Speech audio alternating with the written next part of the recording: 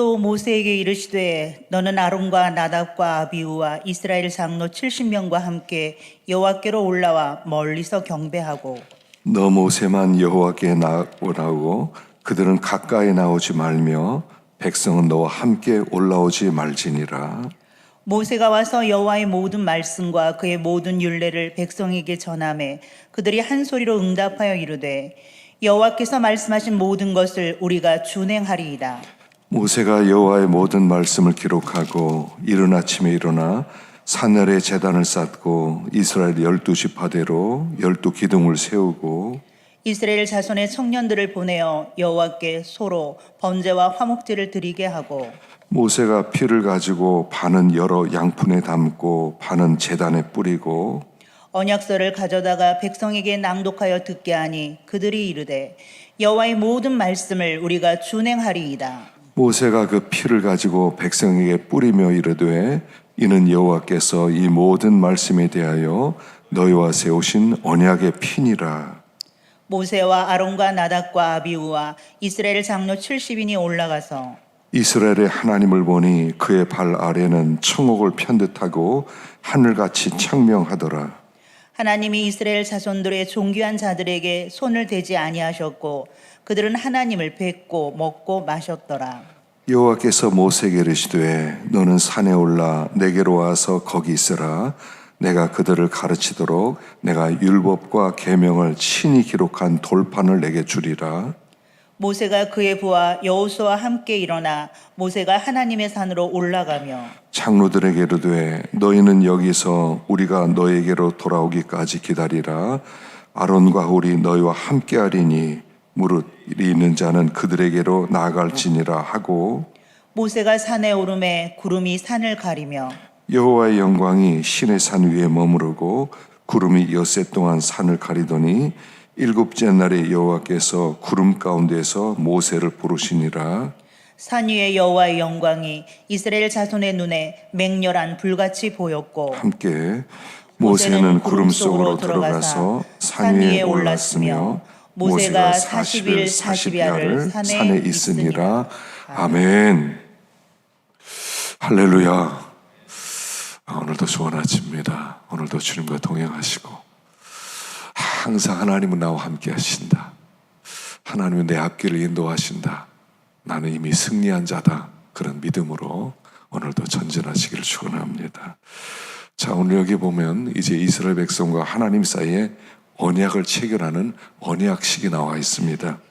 그래서 이미 20장부터 시작해서 23장까지 언약의 조항들을 다 하나님의 말씀을 가르쳐 주었습니다. 그리고 이제 하나님이 이제 언약 당사자를 만나서 또 언약 조건을 제시하고 또 언약을 체결하는 그런 모습이 있습니다.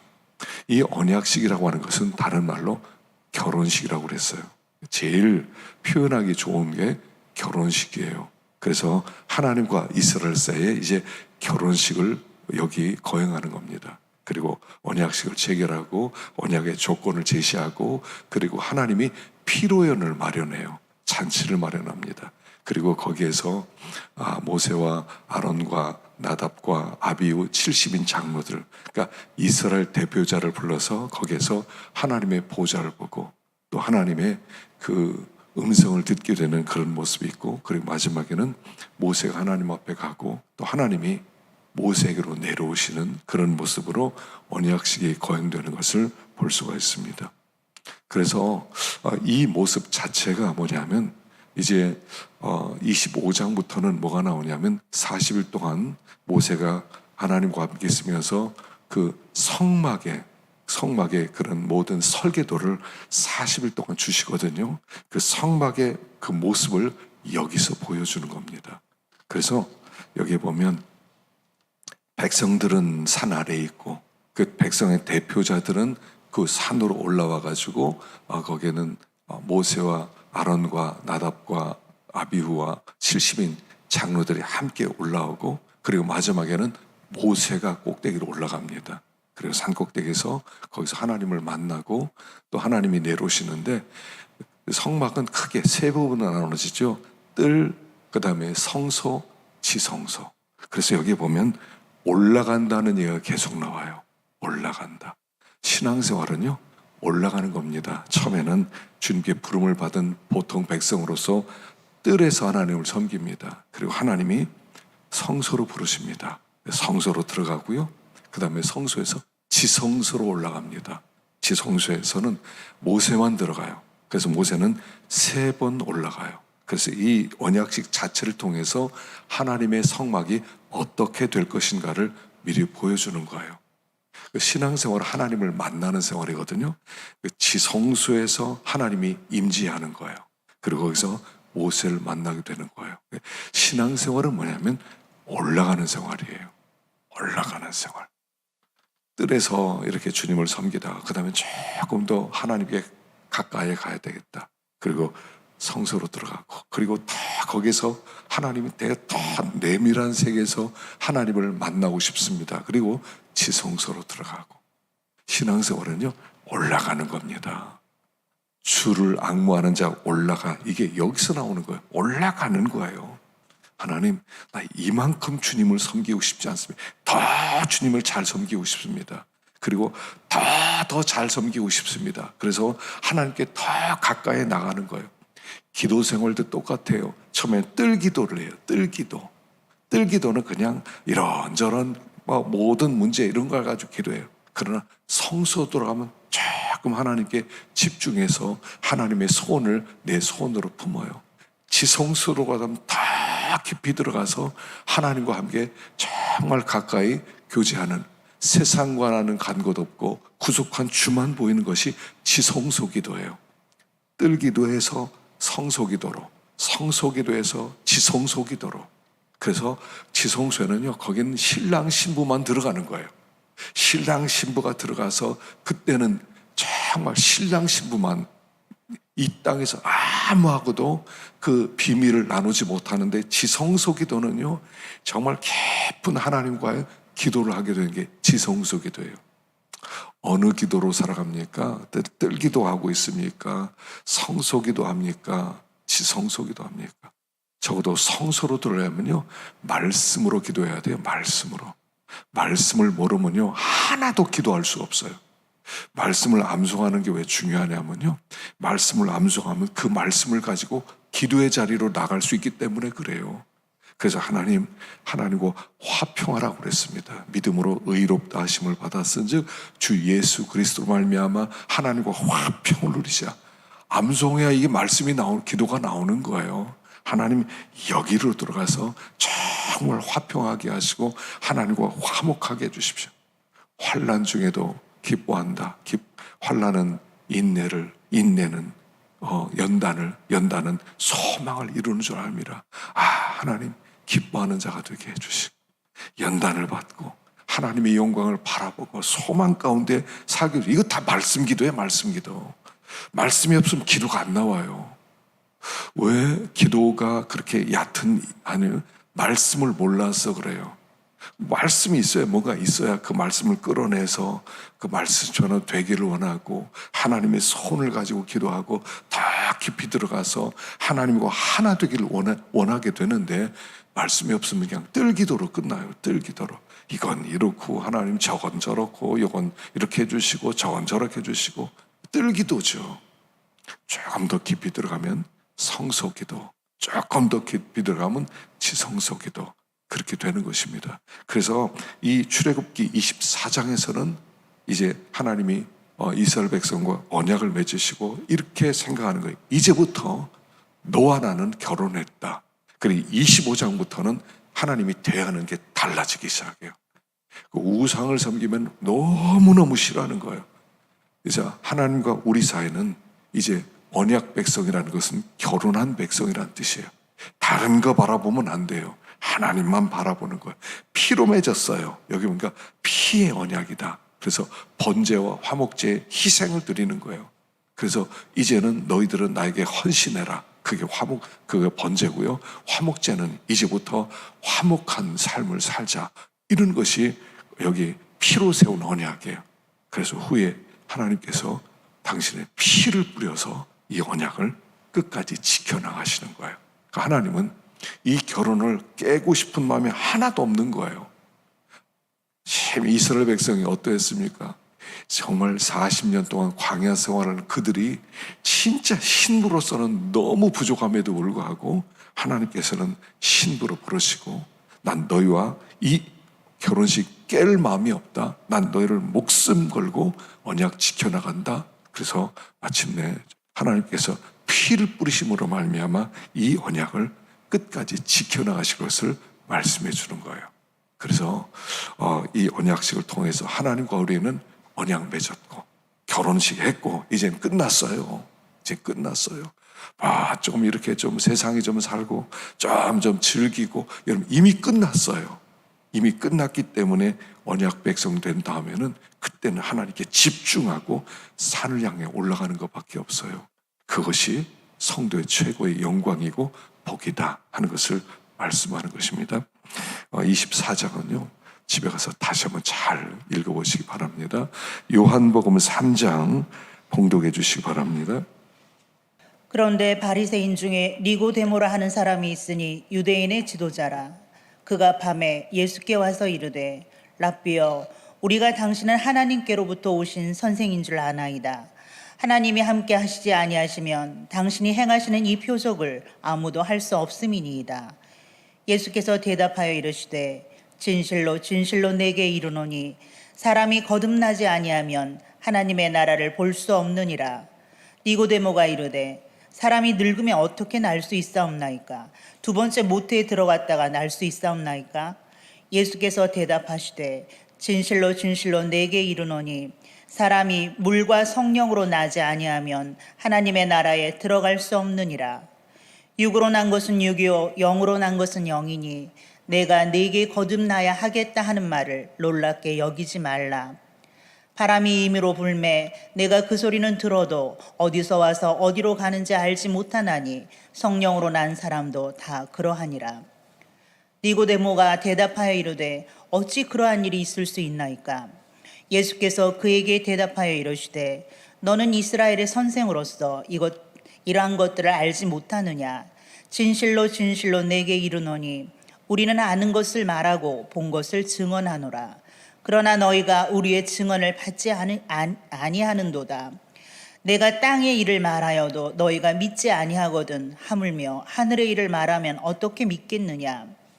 하늘에서 내려온 자 곧 인자 외에는 하늘에 올라간 자가 없느니라. 모세가 광야에서 뱀을 든 것 같이 인자도 들려야 하리니 이는 그를 믿는 자마다 영생을 얻게 하려 하심이니라. 하나님이 세상을 이처럼 사랑하사 독생자를 주셨으니 이는 그를 믿는 자마다 멸망하지 않고 영생을 얻게 하려 하심이라. 하나님이 그 아들을 세상에 보내신 것은 세상을 심판하려 하심이 아니요 그로 말미암아 세상이 구원을 받게 하려 하심이라. 그를 믿는 자는 심판을 받지 아니하는 것이요 믿지 아니하는 자는 하나님의 독생자의 이름을 믿지 아니하므로 벌써 심판을 받은 것이니라. 그 정죄는 이것이니 곧 빛이 세상에 왔으되 사람들이 자기 행위가 악함으로 빛보다 어둠을 더 사랑한 것이니라. 악을 행하는 자마다 빛을 미워하여 빛으로 오지 아니하나니 이는 그 행위가 드러날까 하며 진리를 따르는 자는 빛으로 오나니 이는 그 행위가 하나님 안에서 행한 것임을 나타내려 함이라 하시니라. 그 후에 예수께서 제자들과 유대 땅으로 가서 거기 함께 유하시며 세례를 베푸시더라. 요한도 살렘 가까운 에논에서 세례를 베푸니 거기 물이 많음이라. 그러므로 사람들이 와서 세례를 받더라. 요한이 아직 옥에 갇히지 아니하였더라. 이에 요한의 제자 중에서 한 유대인과 더불어 정결 예식에 대하여 변론이 되었더니 그들이 요한에게 가서 이르되 랍비여 선생님과 함께 요단강 저편에 있더니 곧 그 선생님이 증언하시던 이가 세례를 베풀매 사람이 다 그에게로 가더이다. 요한이 대답하여 이르되 만일 하늘에서 주신 바 아니면 사람이 아무것도 받을 수 없느니라. 내가 말한 바 나는 그리스도가 아니요 그의 앞에 보내심을 받은 자라고 한 것을 증언할 자는 너희니라.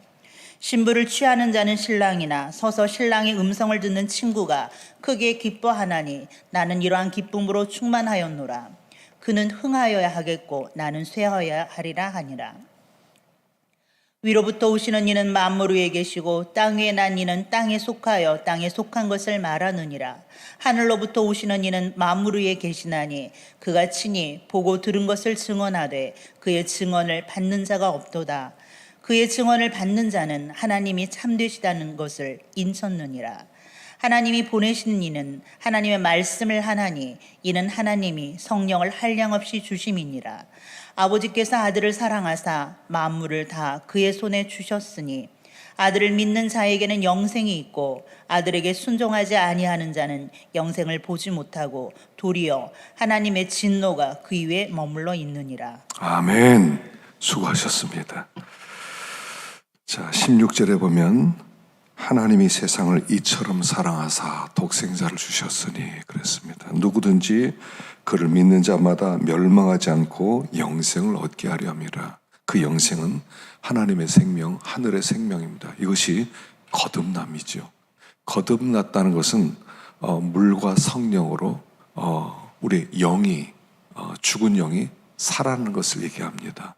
예수님께서 이 땅에 오신 목적은 우리에게 영생을 주의함입니다. 그래서 영생이라고 하는 것은 뭐냐면 여기 결론이 36절에 나와 있는데요. 아들을 믿는 자에게는 영생이 있고 아들을 여기 순종하지 않은 자에게는 영생을 보지 못하고 하나님의 진노가 그 위에 머물러 있느니라 그랬어요. 자, 영생은 아들을 믿는 것이에요. 근데 믿는다는 것은 뭐냐면 순종하는 것이란 말이에요. 그래서 아들 믿는 자에게는 영생이 있고 순종하지 않는 자에게는 영생이 없다. 영생이란 뭐냐면 하나님의 생명입니다. 하나님의 생명인데 하나님의 생명은 명사형이 아니에요. 동사예요, 동사. 생명은 움직임으로 증명이 되는 것입니다. 그래서 믿는 자에게는 분명히 영생이 있는데 영생을 가진 자는 그때부터 순종하기 시작한다 하는 겁니다. 그래서 기독교는 핵심이 순종이에요. 왜냐하면 순종이 믿음이기 때문에 믿음이 있으면 순종하고 믿음이 없으면 순종이 안 돼요. 안 믿어지는데 어떻게 순종하겠어요? 하나님이 살아계신 하나님이다.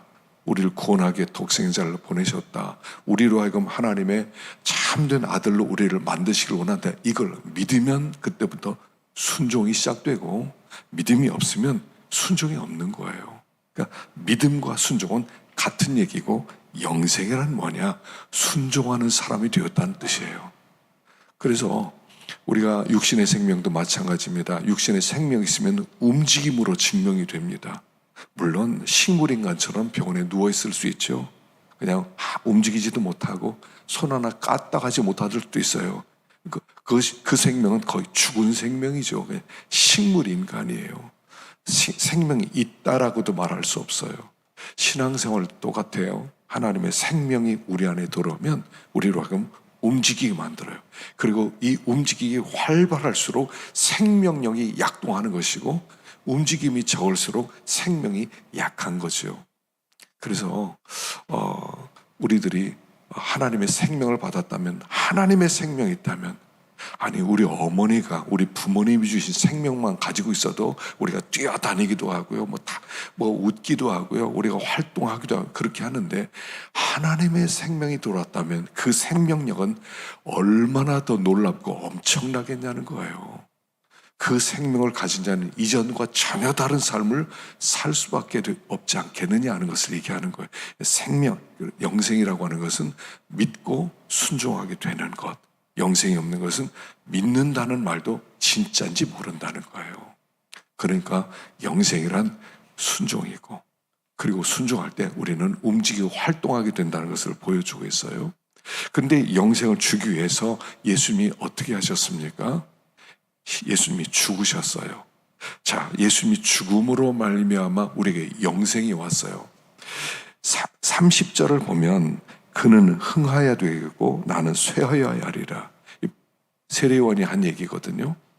세례요한이 복음을 예수님의 앞길을 준비하기 위해서 회개하라 천국에 가까웠느니라 복음 전하니까 사람들이 막 몰려들었어요. 그리고 세례요한의 제자가 되겠다고 얼마나 많은 사람이 헌신했겠습니까?